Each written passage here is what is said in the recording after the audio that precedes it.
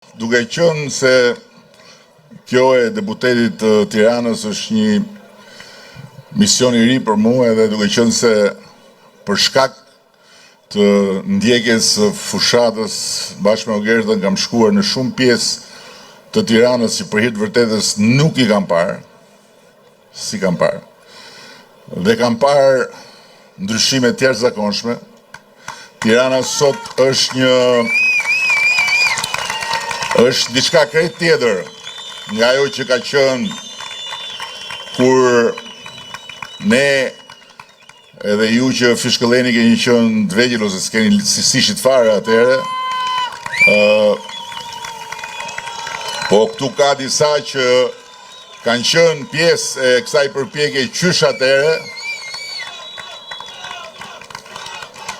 Si, po mboni qefi tash, ja.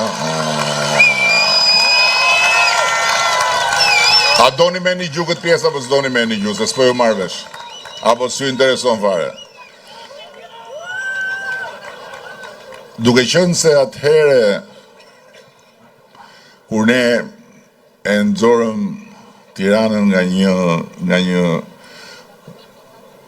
kënet e jashtëzakonshme, e pa imagjinueshme,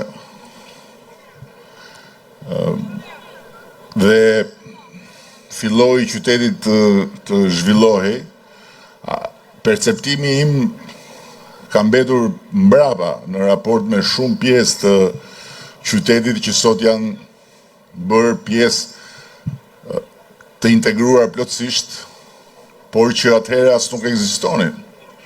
Për shembull, nëse unë ju them që atëherë nuk ekzistonte as Tiri, juve do habiteni, por nuk ekzistonte. Ai që është sot, se ishte, po kishte shtëpi të vogla. Dhe në këtë transformim të madh kam parë edhe shumë gjëra që ne duhet t'i adresojmë, sepse unë besoj që në këto kushte që është sot, ky qytet ka një potencial të jashtëzakonshëm për të bërë akoma shumë më i mirë për komunitetet e veta.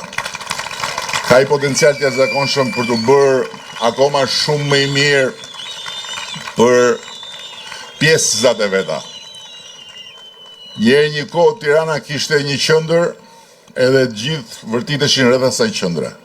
Sot ajo qendër e vjetra është shumë larg, sepse qyteti është bërë më i madh dhe jeta është ndarë në shumë pjesë.